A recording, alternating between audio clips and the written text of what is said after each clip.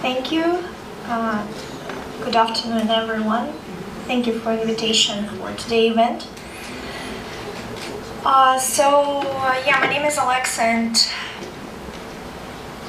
today I would like to tell a little bit about what we do in Singapore. Our fund has quite a long history. We were established back in 2012, Rovento, by two guys, both technical, Alex Toh and Slava. I don't know, maybe some of you know them, maybe not. Maybe startups most probably know them. They were, before that, they were covering IGM program in Singapore. The first guy, Alex, is specialist in computer vision, Slava is in radio waves. So basically in 2014 they established an accelerator, first hardware accelerator in Singapore as far as I know, called Hexasia, and there were several success stories, both in crowdfunding and shipping to retail from this program. And this year in 2016 we established the new program and modified it called Enchant, and supported by Spring Singapore and IDEA Labs. So basically nowadays, Rovento actively invests in Singapore and also in the United States. We are actually also considering China as potential market. So a little bit about Enchant, a program which is still running today. It was launched in April this year. This is our second massive acceleration program for hardware startups, where we try to provide as much value as possible to B2C hardware startups. So startups launch in Singapore, get a lot of theoretical knowledge, workshops of how to bring and how to market their hardware startups. Then they launch and crowdfund in San Francisco, then they move to Shenzhen or stay in Singapore or Malaysia for manufacturing, and now most of the teams are preparing for retail launch, those who survived. So basically, I'm very brief, so here is the result of our program. Overall this year, we have 7 crowdfunding campaigns launched, and they raised $1.2 million on Kickstarter and Indiegogo. There is just one more company left, which is called Datrix. It will be launching in December. Not all of them are presented here, but probably many of you know some of them, like, for instance, Aeroware. It's a Singaporean team. Some of the teams, like Timular, are actually based in Austria, but they spent around 3 months here in Singapore, and they will be coming back. Glance Clock is also Singaporean. It's a very international team, but it's based in Singapore right now. Projects from our previous Hexasia batch are now already mature. They are shipping to retail.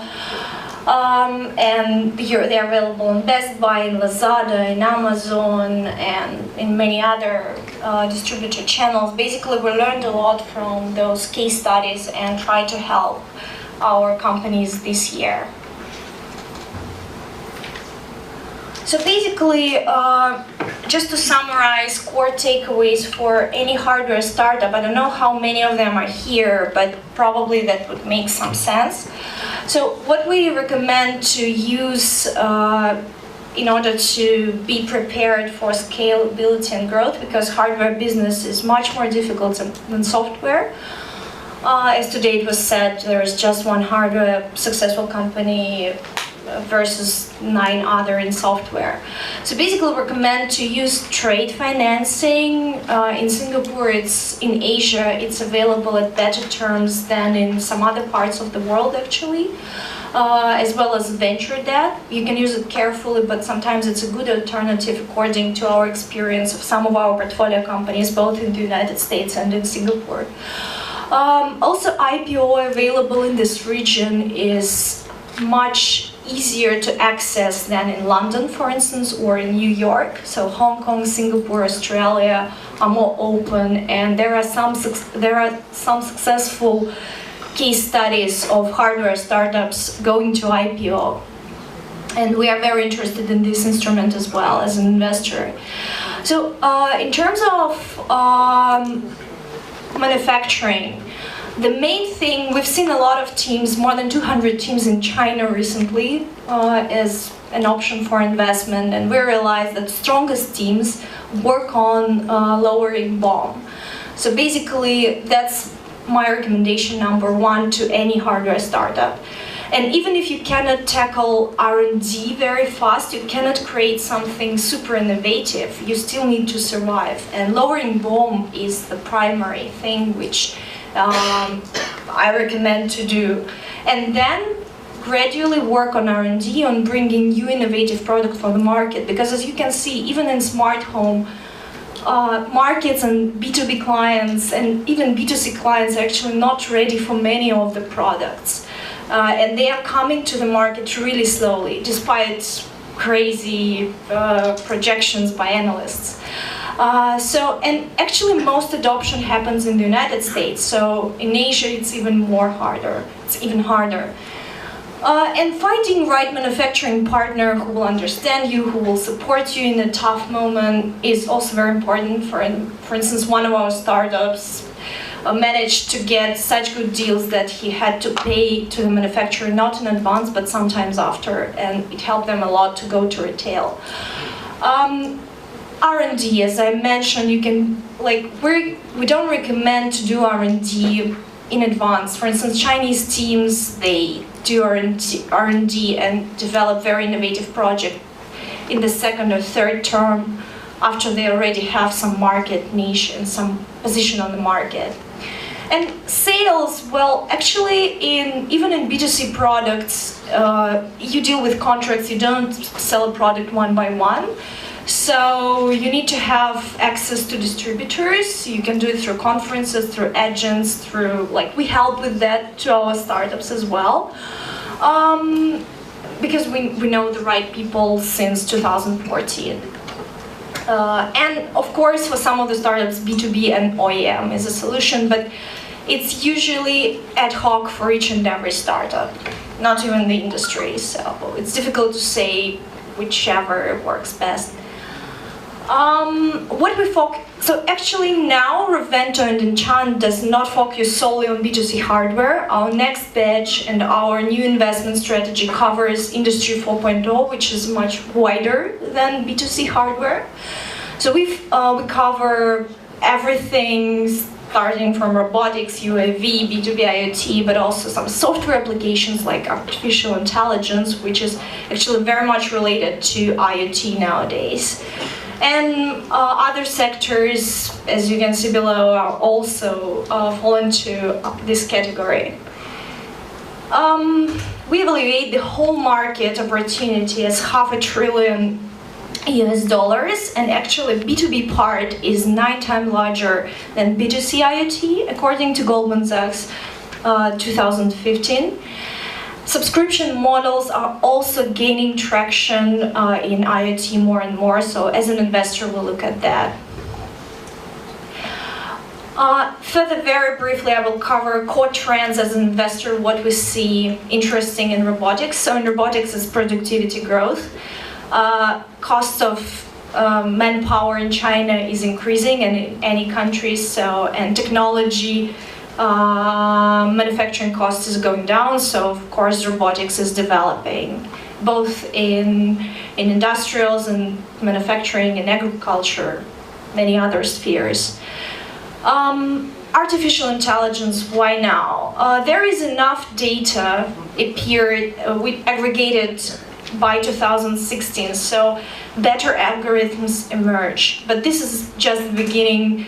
According to Google, Cisco and Deloitte, only 2040 will be the year when strong and human-like AI can be developed, because there will be enough data. The law of big data is that the algorithm depends on the quantity of data. In terms of UAV, why we think it's interesting to invest right now? Actually, by 2018, it's just in 2 years, International Civil Aviation Organization promised to issue a manual for drone operations, and by 2020 it will be completed, the standards will be completed. We already have several investments in drones, but we believe this sector is still in their early stages. Of course, autonomous driving and smart cars, smart shared mobility, digital services, and new software technologies are the core markets which we believe are most interesting to look at for investment, and not only autonomous driving but also the safety. Yeah, AR, VR, I mean, it's still early, but there are a lot of things going on. Overall industry can be evaluated as 120 billion. One more sector we are very interested in as an investor right now is insurance tech. It's insurance related to IoT. There are many interesting sensors and products developed on the market today. So basically a little bit about our existing portfolio companies in the United States. First of them is Megabots. We believe it's kind of a unique business model, not really related to hardware, but more to the media and community.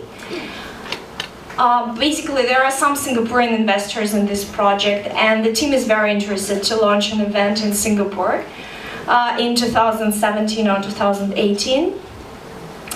Naked Labs is, don't know if you heard of them, they're doing the smart mirror, Silicon Valley team, and they are not really B2C projects, they will be targeting more B2B.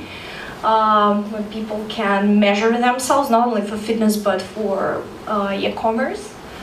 Probably you heard of these guys. We invested in them right after Y Combinator. Now they're gaining a bit of traction, but this is one of the most complex projects, although also one of the most ambitious ones.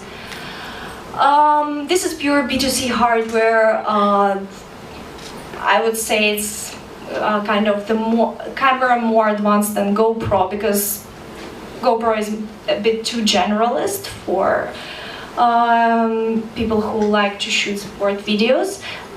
Yeah, the guys are also from Y Combinator, supported by Virgin, by some automakers like Audi, Volkswagen. Point one Nav is one of our recent investments at PURT, nothing related to B2C hardware. So basically what these guys do is correct GPS. You can notice that today GPS, when you try to get Uber, is really bad and it's not precise, and for autonomous driving this problem is even more acute, so these guys are solving it. Pre-nav, today there was shown the show with drones. Basically these guys are developing commercial drones with super precise positioning. Also US team. And the last case I would like just to show what we invested in recently was 8Slip. I would say it's the most advanced technology to track sleep on the market. And the guys are already shipping, so they are scaling up. So that's it. Thanks a lot, and I would be happy to answer any question. Yeah, so thank you for having me today.